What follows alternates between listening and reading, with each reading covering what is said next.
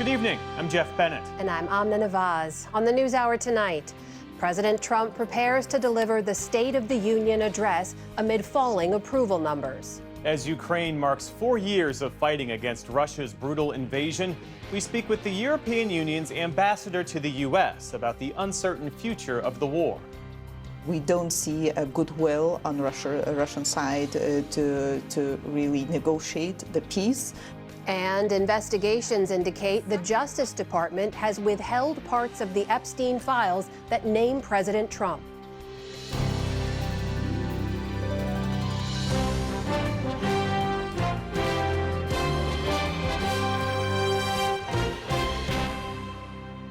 Major funding for the PBS NewsHour has been provided by Cunard is a proud supporter of public television. On a voyage with Cunard, the world awaits. A world of flavor, diverse destinations, and immersive experiences.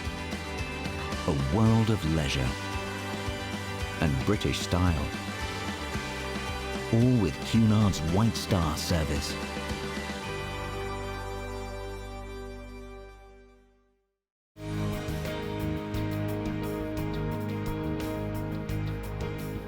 the ongoing support of these individuals and institutions, and friends of the NewsHour, including Kathy and Paul Anderson, and Camilla and George Smith. And with the ongoing support of these individuals and institutions.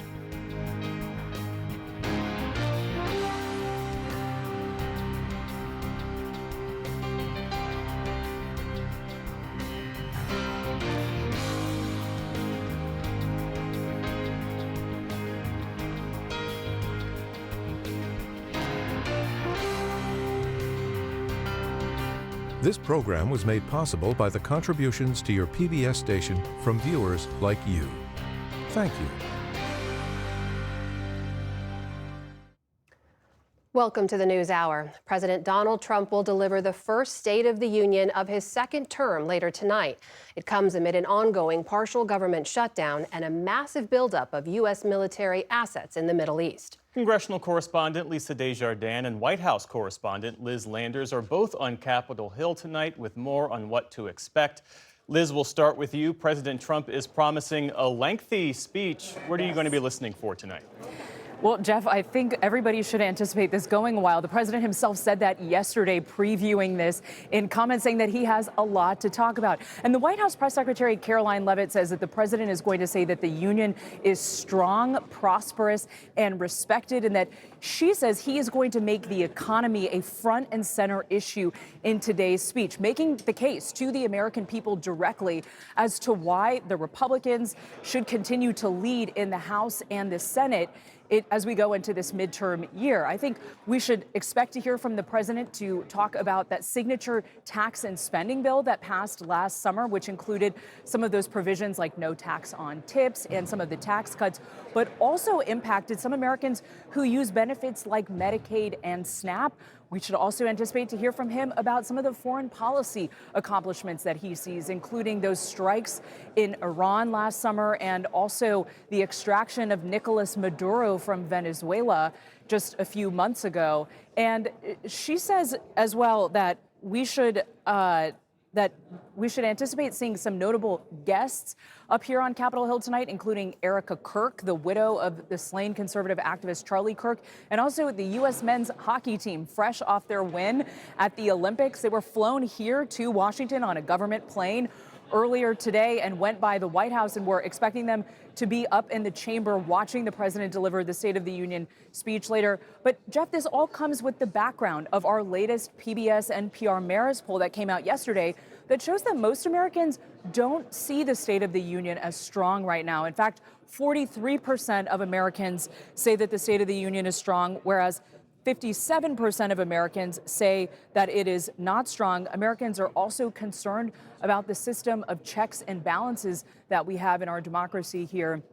And Jeff, the ultimate test of all of the president's accomplishments that he's going to tout tonight will be the upcoming midterm elections here in November. Will Republicans be able to buck history and keep their majority in the House and the Senate? Jeff?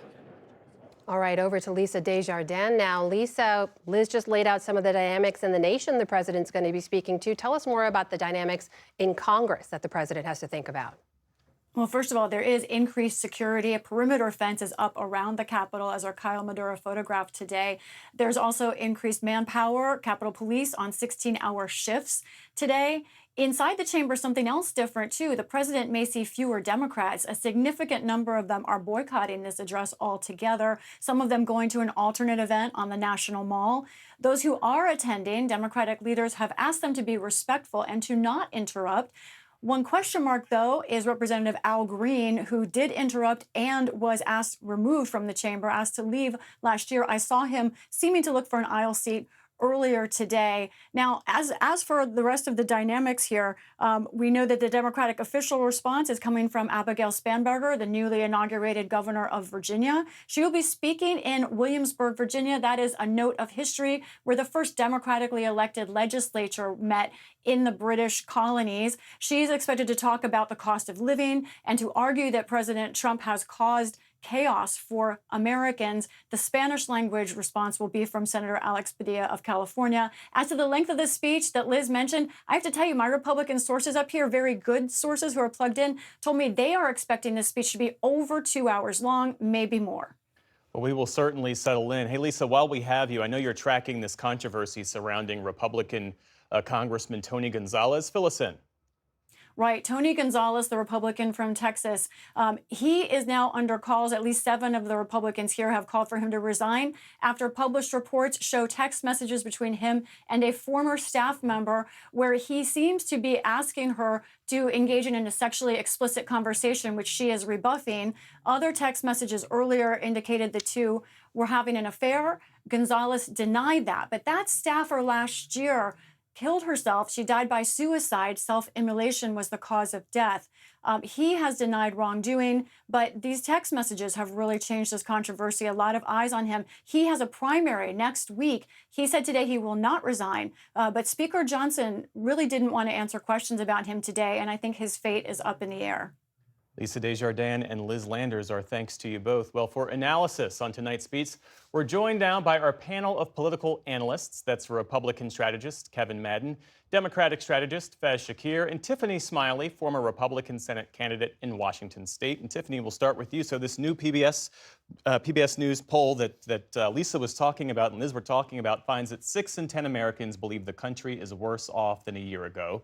This is one of the moments where the president commands the national stage uninterrupted. What does he need to do, to say, to signal to really change that trajectory? Right, and we're seeing his job approval numbers, pretty low, but this is his opportunity to make the case to the American people.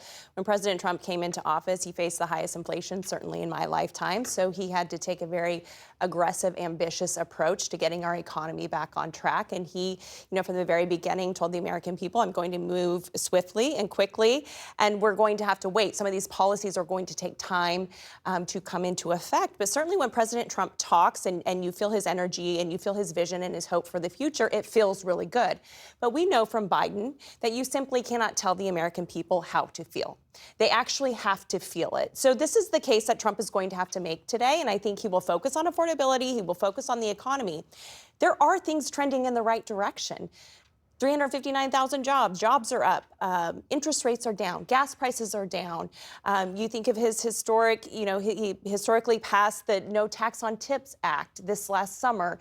So Americans, as they start to file their tax returns, they're going to start to see more money in their pockets. You match that with this speech, which I anticipate to be very energetic, painting a vision of hope and future for the economy, that it won't just be good for the next 3 years, but perhaps it'll be good for my 3 boys and the next generation. I think it will give a lot of people hope. You match that with them feeling like more money is in their pocket, and I think it will be a very good night for Republicans. Not only that, President Trump has a job to make sure that the Republicans are listening and that they take that message of affordability and his economic plan across the country through the midterms. Let me pick up on that point, Tiffany, you make, and bring that to Kevin. He's not just talking to the American public tonight that's increasingly skeptical of his agenda. He's speaking to Republicans in Congress, to a majority that has largely been lockstep with his policy agenda. Do you see some shaping of that midterm messaging happening tonight? Well, I think the most important thing is that he actually doesn't submit to talking to the room, and he does talk to the American public, and he gives them a message that there's a unified Republican agenda on addressing the core concerns that they have. Tiffany was exactly right. The main issue here is affordability. If we look back a year ago when he first gave an address to a joint session of Congress, that was framed around a lot of promise, and it was framed around a lot of optimism, and he had a political mandate from the 2024 election. Here we are a year later. The most important thing that the president can do is square his message with the reality. And the reality is that Americans are feeling a little bit still of a pinch on inflation and rising prices. So talking about that affordability in terms of how he's addressing it, what he's going to do next, that there's a unified plan and agenda, that's going to be the most important thing, because politics is never about litigating the past. It's always about promising where you can go in the future. And so this is a concentrated moment with a very important audience of Americans at home watching that he can deliver that message. And Faz, what can we take away from how Democrats are approaching this? The more than 24 Democrats who are boycotting, they're having their own sort of counter-programming, and also the choice of Abigail Spanberger, the new Democratic governor of Virginia, elected in a competitive state. What does that say about how Democrats are doing? In many ways, Democrats have the upper hand here because you are allowing Trump to dig his hole and bury himself in it tonight. He will obviously need a job of trying to convince people that the reality isn't the reality, and I think he has a danger here of trying to hector and harangue people to say, hey, dummies, I'm doing a great job, when most people are going to say, hey, do you even know and understand my life? One of the biggest challenges he has is to align himself with America's priorities. There's a reason why he doesn't get out on the road and do big rallies and addresses, because he's lost much of the nation. When you talk about the reality and you say, what did the one big beautiful bill do for my life? Well, how did my student loans go down? They didn't go down, they went up. How did how did I get affected with healthcare? Well, you probably lost it. How did it affect my taxes? Well, you're probably paying more. What happened to my electricity rates? Well, they probably went up. And so that's the reality that people are facing, and we didn't get into immigration and how people are feeling and losing the support of this immigration agenda. So you're going to see a lot of efforts by him to mask over that and tell people they're dummies. And all Democrats have to do is present that we want to be a check and an accountability arm on Donald Trump. Let's make a change. And that's a pretty easy case to make. Tiffany, pick up on that point, because Kevin even mentioned this earlier, that Americans don't want to hear litigation of the past. They want to hear your promises for the future. President Trump has a habit of going back to the previous administration and laying a lot of blame for the problems and issues and challenges he's facing today. Can he stay on message on that affordability message that is the #1 issue for the American public? Yeah, I have no doubt that he will bring up Biden and the terrible economy that he inherited. He absolutely will, because it's Donald Trump. But then I think he also will highlight the good things that are happening, that the things that I mentioned that are trending in the right direction. You know, gas prices are down. You know, prices in groceries are coming down. I'm a mom of 3 boys. I go to the grocery store. I know how expensive steaks are. But it's starting to go in the right direction, and I'm feeling that. So soon the American people will start to feel that. And I think those poll numbers will start to change in maybe 6 months, 3 months, once these policies really try to take effect. But I think the Democrats' downside in all of this is that they are playing theatrics. Almost, is there like 50 of them who won't be showing up?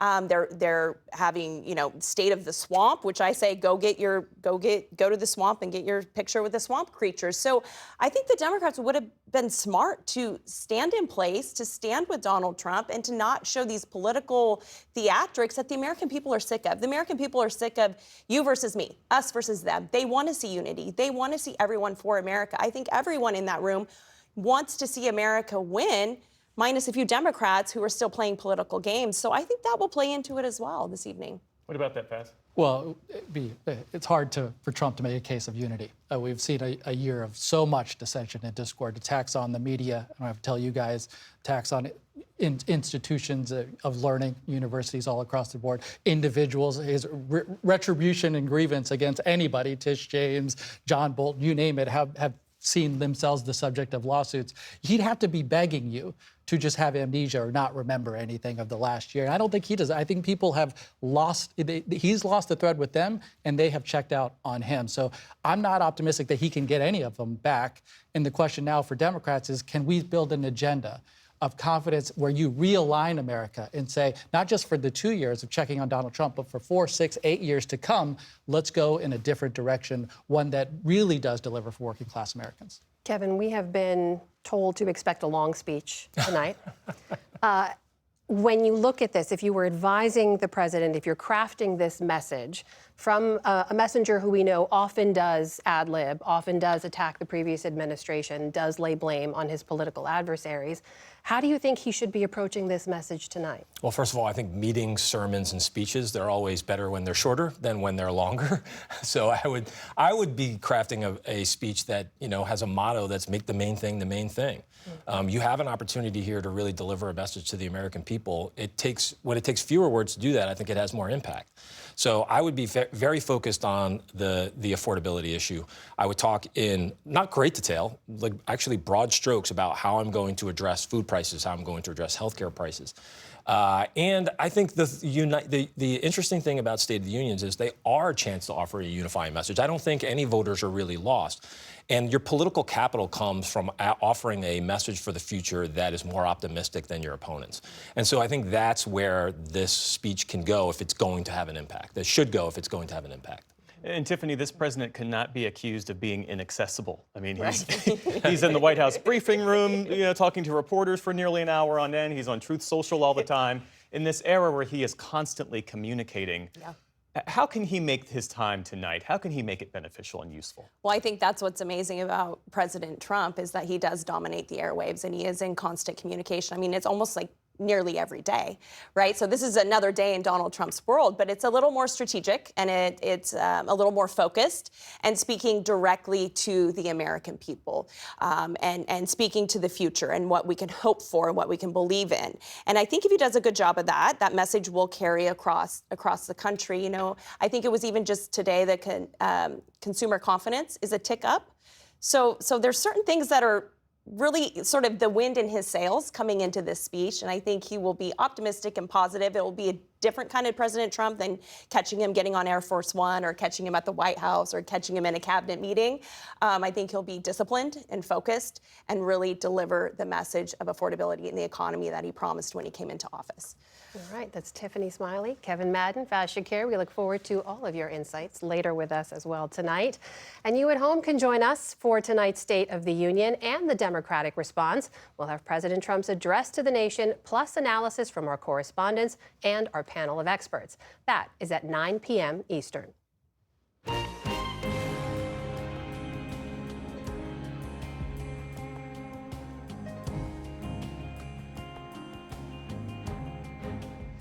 In the day's other headlines, Today Show co-host Savannah Guthrie says her family is offering a $1 million reward for information leading to the recovery of her mother, Nancy. In a video message, Guthrie said she and her family, quote, still believe in a miracle and hope her mother will be found alive, but they also acknowledge it may be too late. We also know that she may be lost. And if this is what is to be, then we will accept it. But we need to know where she is. Guthrie also announced a $500,000 donation to the National Center for Missing and Exploited Children to support other families facing similar circumstances. It's been more than 3 weeks since the 84-year-old Nancy Guthrie went missing from her Arizona home. Authorities have received more than 20,000 tips, but have yet to make significant progress on finding those responsible. Millions of people are still digging out from yesterday's winter storm that dropped record amounts of snow across parts of the Northeast. Meteorologists called the storm the strongest in a decade, with more than 2 feet of snow blanketing much of New England. Parts of Rhode Island got more than 3 feet, shattering records. Officials there have lifted a statewide travel ban, but say the cleanup could take a while. A full recovery is going to take time. But I can tell you the people behind me and the people that are out doing the work right now are doing everything they can to make sure that recovery is as quick as possible. Hundreds of thousands were still without power today, with more than 200,000 outages in Massachusetts alone. And roughly 2,200 flights were canceled, mostly in the New York area and Boston. Officials say it could take days for full service to resume. And believe it or not, another storm is right around the corner. This one is originating in the Great Lakes area and could deliver a few more inches of snow to areas already hard hit by this week's blizzard. On Capitol Hill today, a bipartisan aviation safety bill failed in the House. It would have required airplanes to carry locator technology, which federal investigators say could have prevented last year's mid-air collision near Washington that killed 67 people. Two-thirds not being in the affirmative, the rules are not suspended and the bill is not passed. The so-called Rotor Act fell just one vote shy of passing. It breezed through the Senate back in December, but this week the Pentagon withdrew its support over cost and security concerns. Instead, the military and airline groups have rallied around a new bill, which lawmakers say is more comprehensive, though it does not have the support of the National Transportation and Safety Board. The Trump administration is suing the University of California for what it's calling an anti-Semitic hostile work environment. The lawsuit alleges that officials at its Los Angeles campus, or UCLA, quote, allegedly allowed virulent anti-Semitism to flourish on campus, harming students and staff alike. It's the latest attempt by the Trump administration to punish the university for its handling of pro-Palestinian protests in 2024. And it comes just months after the DOJ tried to cut research funding at UCLA and demanded more than $1 billion to settle the charges, which the school has refused to pay. Mexican President Claudia Sheinbaum says there is, quote, no risk to visitors planning to attend World Cup matches in her country following recent unrest sparked by the death of a major cartel figure. Speaking to reporters today, Sheinbaum said security forces are working to restore order and that, as she put it, all the guarantees are in place for the tournament. Her comments come after the death of the man known as El Mencho triggered roadblocks, fires, and security clashes, notably in the Jalisco state. Residents there are worried about losing tourism revenue, with the capital of Guadalajara set to host a number of the World Cup matches. The government is going to have a lot of security. I think it will have an impact because everyone just saw what happened, and of course people are going to think twice about coming. Yes, it will have an impact. At least 70 people died in the operation that led to El Mencho's death and its aftermath.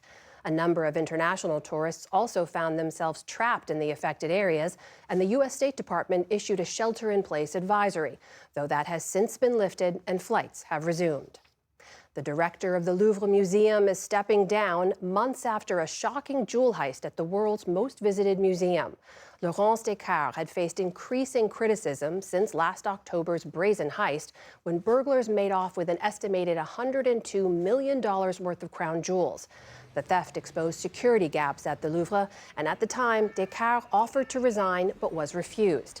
Today, French President Emmanuel Macron accepted her resignation, calling it, quote, an act of responsibility at a time when the world's largest museum needs calm.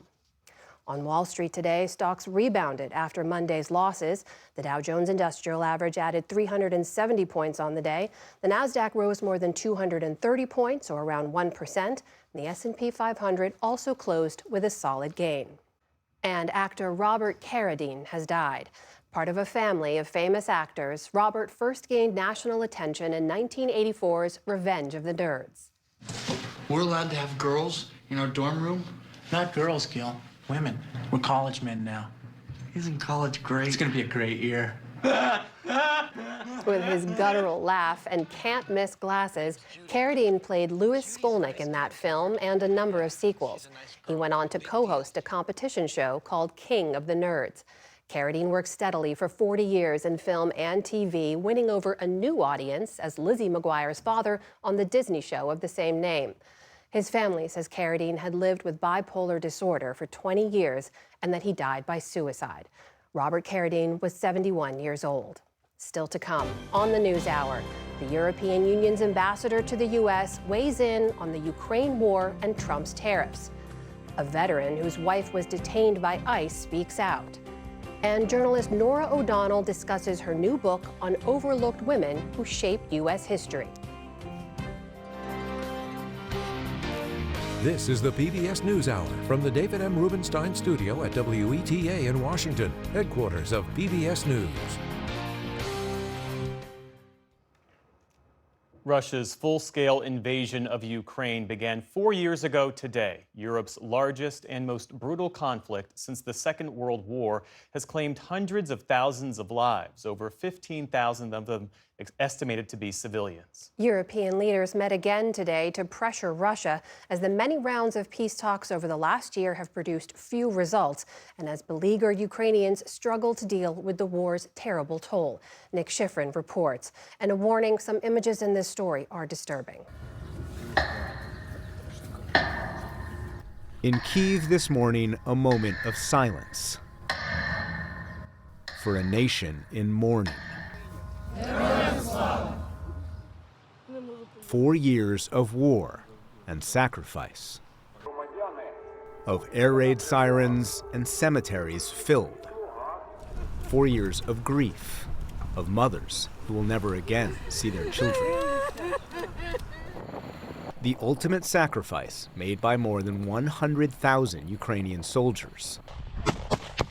As the hell of this war rages, the front lines become so deadly it's known as a 12-mile-wide valley of death. 1.6 million Russian-Ukrainian soldiers have either been killed, injured, or are missing since the start of the war. That number will reach 2 million this spring. More than 60% are Russian. It is usually illegal to enter Russian military cemeteries, but a woman posted this YouTube video from St. Petersburg and a poem placed next to the grave of a 30-year-old Russian soldier. No need to cry for me. So many of us are dying here, countless of us. The blood of boys is everywhere. In Ukraine, it's been the deadliest year of the war. The targets include kindergartens. One in Kharkiv, where parents and emergency workers ran to rescue 48 children who all survived. Also hospitals, as patients rescued on stretchers. Nursing homes, evicting the most vulnerable. And entire cities. Irpin, once a bustling Kyiv suburb, now burned out and silent, like the graves of its former residents. No one, nowhere, has been spared the war's horrors. Nearly 4 years ago, Olha Stialuk lost her 21-year-old son, Yuri. What someone once considered to be a tragedy, a misfortune, now, compared to this, to all this, what's happening here, you grasp what a terrible war this is. Terrible especially from the sky. We filmed this week in Izum, already once captured just 18 miles from the front. Today, they try to protect themselves using nets to catch drones. But 22-year-old Yulia Konja has nowhere to hide with her 1-year-old Uliana. There is no shelter. We sit between the walls where there are no windows, doors, so that it is a little safer. My daughter is not afraid yet. She is too young to understand. But still, the attacks have become much more frequent, much more. Russia has also targeted Ukraine's energy infrastructure, plunging millions into freezing darkness during the coldest winter in over a decade. That has helped Russia make slow advances, even at enormous cost. In 4 years, Russia has captured an additional 12% of Ukrainian territory, now controlling about 1/5 of the country, including most of the Donbass and the Zaporizhzhia nuclear power plant. Those are the main territorial sticking points, as Russian, Ukrainian, and American negotiators met last week for trilateral talks. 1,462 days of the full-scale war. Of course, we all want the war to end, but no one will allow Ukraine to end. We want peace, strong, dignified, lasting. That is why there are so many rounds of negotiations and a battle for every word, for every point, for real security guarantees. And to discuss this sober anniversary, as well as questions around the future of American tariffs after the Supreme Court on Friday struck down President Trump's tariff structure, I'm joined by the European Union Ambassador to Washington, Jovita Nelupshina. Thank you very much. Welcome back to the NewsHour. Thank you for having me. Let us begin with Ukraine on this anniversary. The big step that Europe wanted to take today on this anniversary was to send or confirm a big loan to Ukraine and take a further step to punish Russia. But Hungary and Slovakia have blocked that package. Can you overcome those blocks? Europe actually made a decision, and the leaders a few weeks ago at the European Council made a decision and promised that the loan will be online. $90 billion loan alone to Ukraine. Exactly. I think that what is most important is that everyone keeps to its word. We have to create a space for the leaders to honor their word, and I'm sure that by Easter we will get there, because by Easter.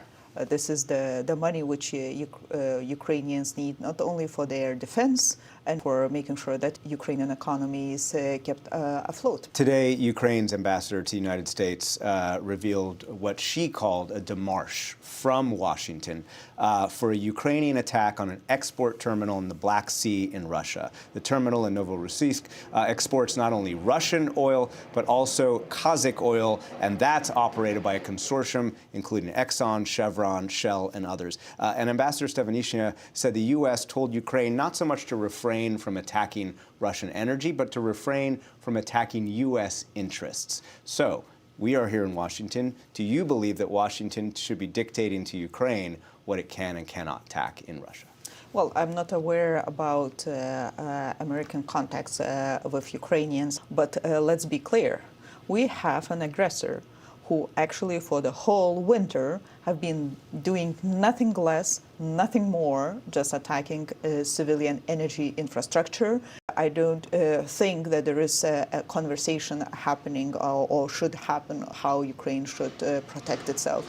European intelligence officials I've spoken to recently, and you'll know this better than I, have told me and other journalists that Russia is not taking these negotiations seriously. Is there a fundamentally different assessment between the United States and Europe about how Russia is approaching these negotiations? We don't see a goodwill on Russian side to really negotiate the peace, because there is no proof whatsoever. One day you are in a negotiation room, and the same night you actually are bombing energy infrastructure or other kind of the civilian infrastructure in Ukraine. I don't think that this is the proof of the genuine willingness to negotiate.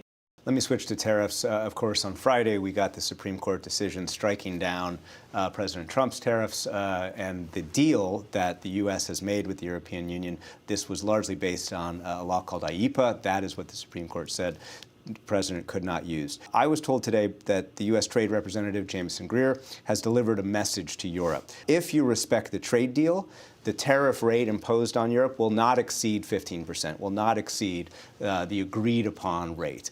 Is that accurate that the U.S. Trade Representative has given you that information? Our Commissioner for Trade, Shevchevich, had several conversations already with the Ambassador Greer as well with Secretary Lutnick. And the one request we had is actually to have as much clarity as possible right now. What we see from the documents is actually 10% plus so-called MFN, which is the most favored nation treatment, which is established by World Trade Organization. If we take 10% and this MFN, it's actually, in some cases, it's lower. In some cases, it's higher than 15%. Have they guaranteed you that they won't exceed 15%? I would not want to go into the nitty-gritties. It's still to be seen how it will be implemented.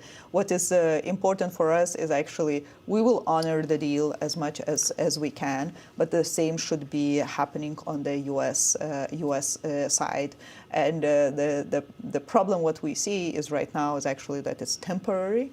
And the new tariffs that the president is now citing, and he can only have for a small amount of time, they're not allowed to be permanent. So it's really, for business, any kind of business, be it on the European side of Atlantic or on the American side of Atlantic, the predictability is the key of how you work. And I think that we will not shy away of defending our interests and our companies. The European Parliament has paused its approval of the deal from last summer. Yesterday, President Trump posted on Truth Social, he warned countries, quote, not to play games. Can you guarantee to the administration that you will respect this deal even as the Parliament is trying to push pause? I think that our part of the deal, we already implemented part of that. The deal is always two-sided. You have to have on both sides a clear understanding what is going to happen. And the European Parliament communicated quite openly, saying we need clarity. When we have a clarity what is going to happen and how much it will be, what exactly we will be charged, then we can actually proceed, because our regulation is on the table and the Parliament can move. I do believe that this is a very carefully negotiated deal, and it has a value in itself on our side, and we do understand on the American side, so we have to do utmost to make sure it stands, because it actually created certain predictability for business. So now we really have to move and see how we can make it work. Ambassador Jovita Nilupšiana, thank you very much. Thank you.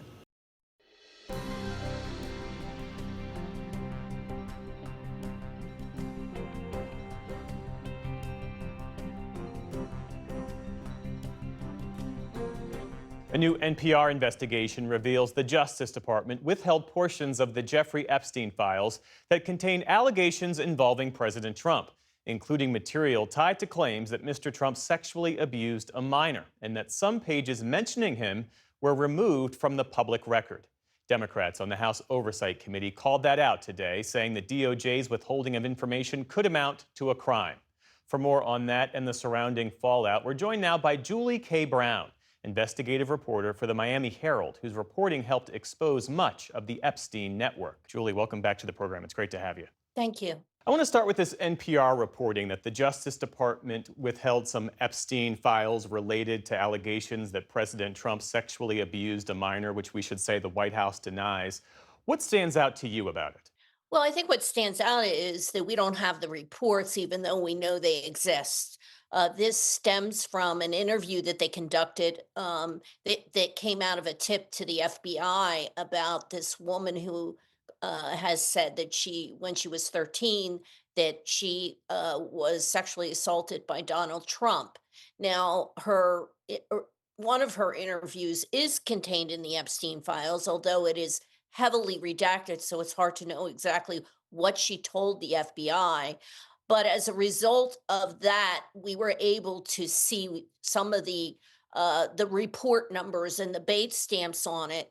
And an independent journalist, actually named Roger Sollenberger, was the person that found out that it compared that number to the documents that the Southern District of New York prosecutors gave to Ghislaine Maxwell's lawyers as part of her criminal case. You broke this story 8 years ago with your investigative reporting. With the benefit of time and hindsight, what do you see more clearly now about how power insulated Jeffrey Epstein and how much of that protective structure still exists?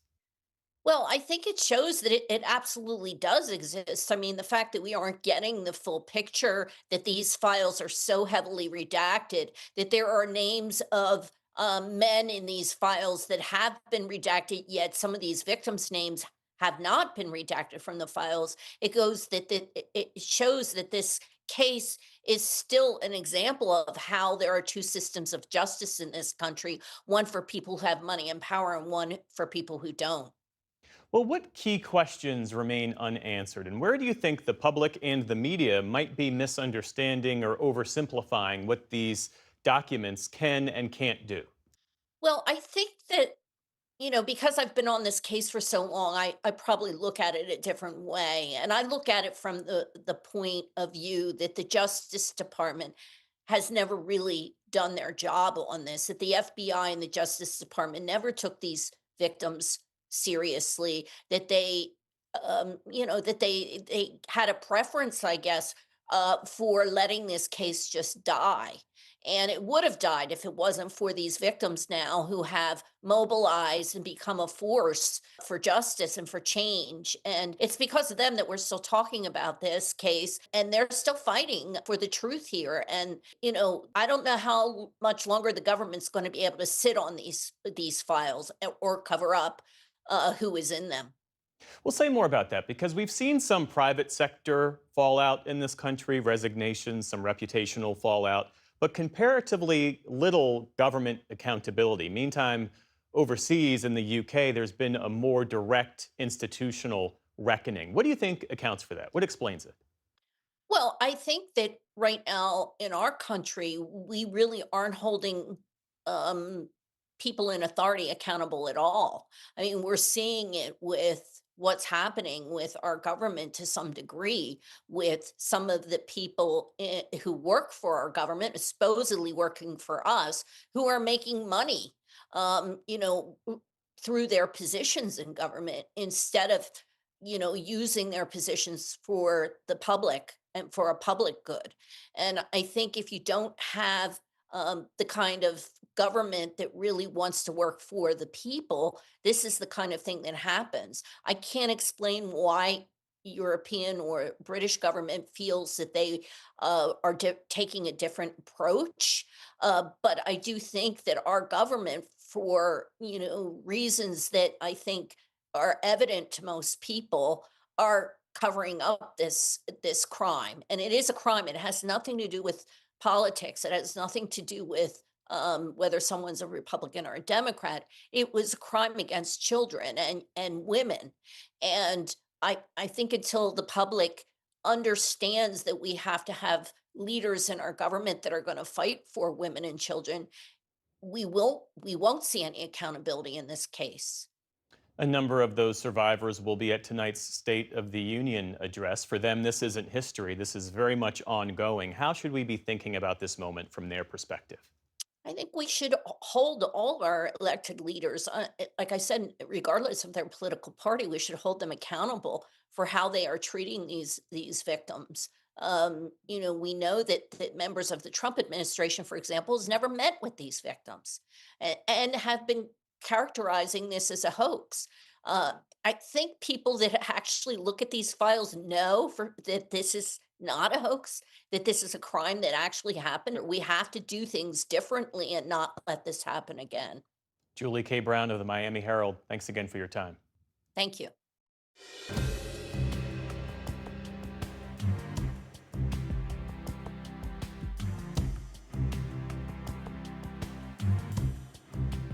In the past few weeks, the Department of Homeland Security has posted regular lists of criminals it's deporting as part of its crackdown on illegal immigration. A website now allows the public to view arrests. Despite the Trump administration's claim it's focused on the worst of the worst, data from the nonpartisan Track Clearinghouse shows nearly 75% of ICE detainees have no criminal conviction. Our Lisa Desjardins is back now with a look at one example, the wife of a Marine veteran. Lisa spoke with the husband yesterday. Diana Butnarchuk entered the U.S. in 2008 on a tourist visa and soon asked for asylum from her native country of Moldova. That asylum claim was in the courts for years until it was finally denied in 2020. But in the meantime, she worked legally, paid taxes, and married a Marine veteran. In 2020, they applied for her to get a status as his spouse. They waited 6 years for her official interview for that. But when they went to that appointment earlier this month, Diana was instead detained and told she would be deported. That would block her from return for at least 10 years. Her husband, Marine veteran Patrick Baha, joins me now. Patrick, tell us what happened when you went to that appointment at Citizenship and Immigration Services. Yeah, well, we went to the appointment thinking this is our shot. Finally, we are getting the interview that we waited 6 years for. And we planned on the interview just as expected.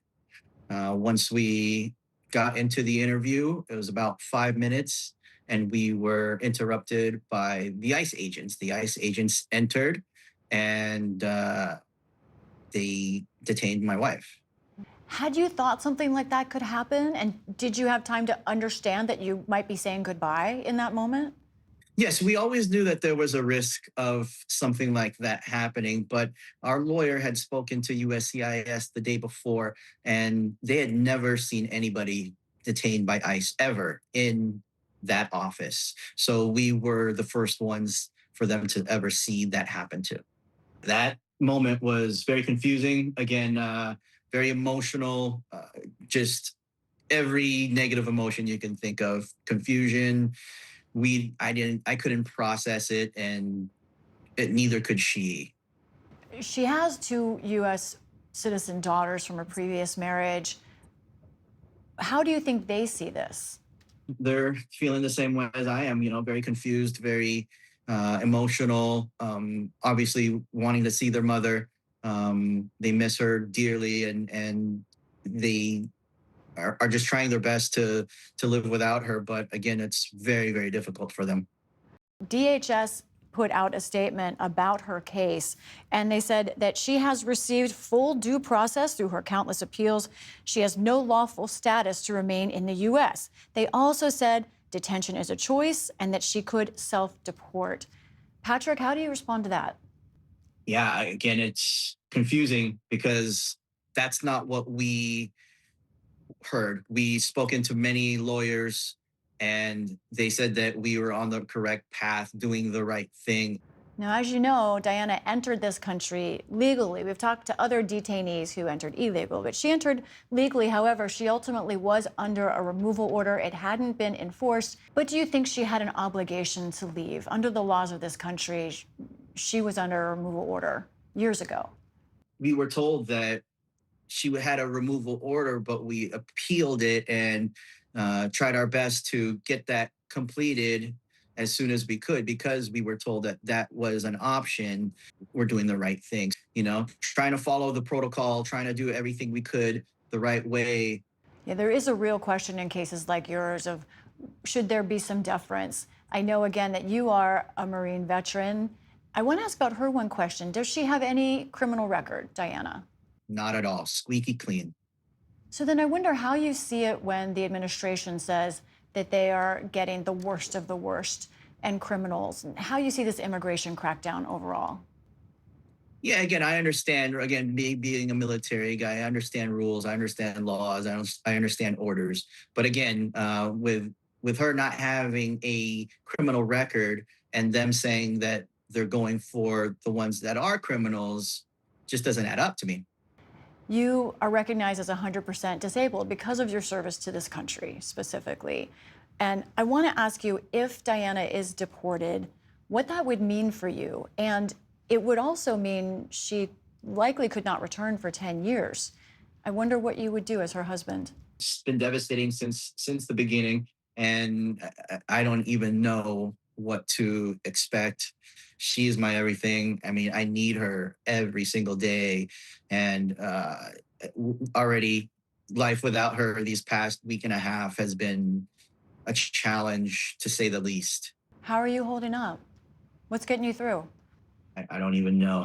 Honestly, I'm just putting one foot in front of the other, trying to do my best for her to, try to exhaust all options of getting her out of there and, doing anything I can to help her. Patrick Baja, thank you very much for talking with us. Thank you for your time. I appreciate you.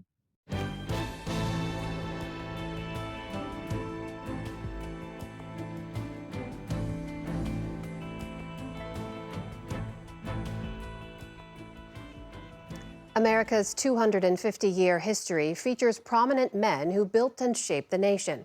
But less is known about the women whose contributions were just as important. In her new book, We the Women, The Hidden Heroes Who Shaped America, Norah O'Donnell writes about 35 remarkable women, each of whom played pivotal roles in influencing the country we live in today. I spoke with Norah recently, and I began by asking her why these stories needed to be told. And the truth is, a lot of women's stories have been lost to history because historians and others didn't think they were important enough to save, quite frankly.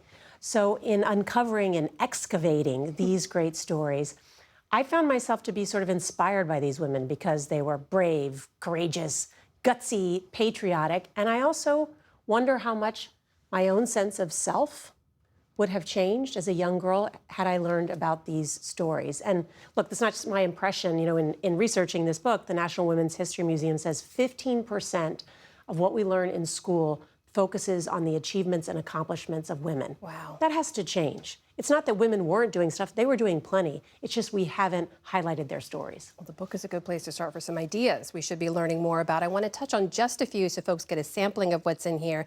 There are some familiar names. Obviously, people will recognize Eleanor Roosevelt and Patsy Mink. A lot of names I was learning about for the first time as well. Mercy Otis Warren. You write about her, the intellectual, a writer, a historian. She spent decades crafting a multi-volume history about the American Revolution And then John Adams dismissed her, saying, history is not the province of the ladies. Why is her story important to know? Mercy Otis Warren is called the First Lady of the American Revolution. And she looks at the Constitution, what John Adams is doing, and she's an anti-federalist. She says too much power in the federal government. We need to focus more on individual liberties. Mercy Otis Warren, a Jeffersonian Republican, and hence becomes the secret muse of the Bill of Rights. I mean, she was praised by all of the leading men of that era, and yet John Adams didn't like that she criticized him for having too much power in the federal government, the Constitution. So he said, by the way, history is not the province of ladies. But I think her story is so important because it's not that she didn't matter in the time period she did. It's that those of us in the past 250 years didn't think that her story was important enough to be in our textbooks. You write about Charlotte Forten, the abolitionist whose journals, as you write, offer a rare glimpse into the life of a free Black woman in the antebellum North. What should we know about her? Well, the Forten family of Philadelphia is one of the most important families of all time in Philadelphia. Free family, owned a sail-making company, very wealthy. But what's really noteworthy about Charlotte is she kept a diary. And so historians today say this is really the only recording we have of a free Black woman in the antebellum North. She was writing during the Civil War, and then she went south to teach. And so her writings are considered so important to know what that period was like in time. And why her story is important is because it's emblematic of all things. Women's letters weren't kept. Women's diaries weren't kept. Things that they wrote about because they weren't considered important. And that's why the study of women's history also, I think, has been neglected because a lot of the material has literally been lost to history. It's been burned or discarded. There was a story of a woman, I've literally never heard her name before, and it fascinated me, partly because the image you include in the story is so striking. She's the very first Native American woman to be buried at Arlington National Cemetery after her death in 1938, Zitkala Sa, a member of the Yankton Sioux Nation. Tell us about her. Well, Zitkala Sa, as a young girl, was taken from her reservation, educated in these boarding schools. Well-known writer, composer, great intellectual, won these oratory contests. But what's notable about Zitkala Sa is that she was advocating for the rights of indigenous people, for their citizenship in America. And she tied the Declaration of Independence and the very ideals that all men are created equal and said, why does this not apply to indigenous people? And I think, Amna, that is, her story is so important because that is the story of America. All throughout history, groups have been saying, let's live up to the ideals that are in the Declaration of Independence. Those important words, we hold these truths to be self-evident, that all men are created equal. Abolitionists said, why doesn't that apply to Black people or African-American people? Suffragists said, why isn't it all men and women that are created equal? And that's really why the study of history is so important, I think, and also remembering how much these women have been at the center of every great moral and political struggle in American history. While I have you here, I do have to ask about your current journalism home at CBS. I'd be remiss if I didn't, because you know it's been the subject of a lot of questions and scrutiny under new leadership. You've seen some headlines about departures and producers expressing concerns about a culture of fear and uncertainty. How should people on the outside reading all of this look at this? Do you think those concerns are overblown? Do you share any of those concerns? I mean, look, it is a very tough time in the media industry, and it's a tough time, I think, for journalists. Do I think that some of what is written is overblown? I do, actually. I do. I mean, what I do is I focus on my work. I can't control what's happening at the corporate level at all, but I can control what I do every day. I recently did an interview with President Trump for 60 Minutes. I felt no pressure journalistically. That didn't exist for me. So, and that was the same 60 Minutes team that I worked on with the Pope and with my interviews with Joe Biden. So things have not changed for me personally in terms of my work, and I just focus on building trust, my own personal integrity, and doing the hard work that needs to be done. Because believe me, our job is more important than ever. Well, the new book is out now. It's called We the Women, The Hidden Heroes Who Shaped America. The author is Norah O'Donnell. Norah, great to see you. Thanks for being here. Thank you. Thank you.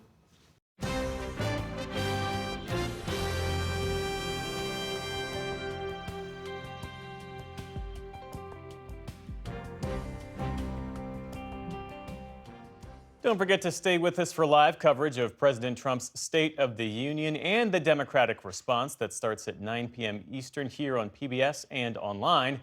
And that is the NewsHour. For tonight, I'm Jeff Bennett. And I'm Amna Nawaz. On behalf of the entire NewsHour team, thank you for joining us.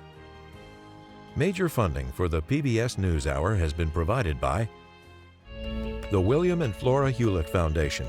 For more than 50 years, advancing ideas and supporting institutions to promote a better world at hewlett.org.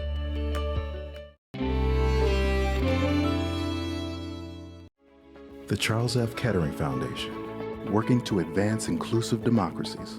Learn more at kettering.org. Friends of the NewsHour, including Nell, Martha, and Mary Minow, in honor of the life and legacy of their parents, Newton and Josephine Baskin Minow, and Julie and Robin Powell, through Fidelity Charitable. Carnegie Corporation of New York, working to reduce political polarization through philanthropic support for education, democracy, and peace. More information at carnegie.org.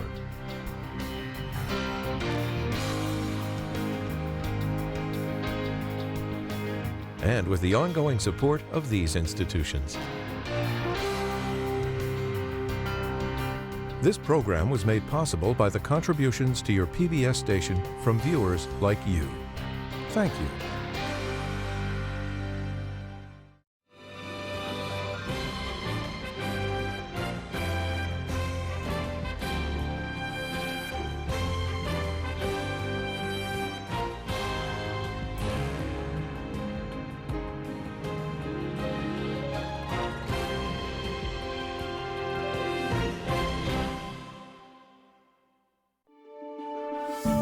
You're watching PBS.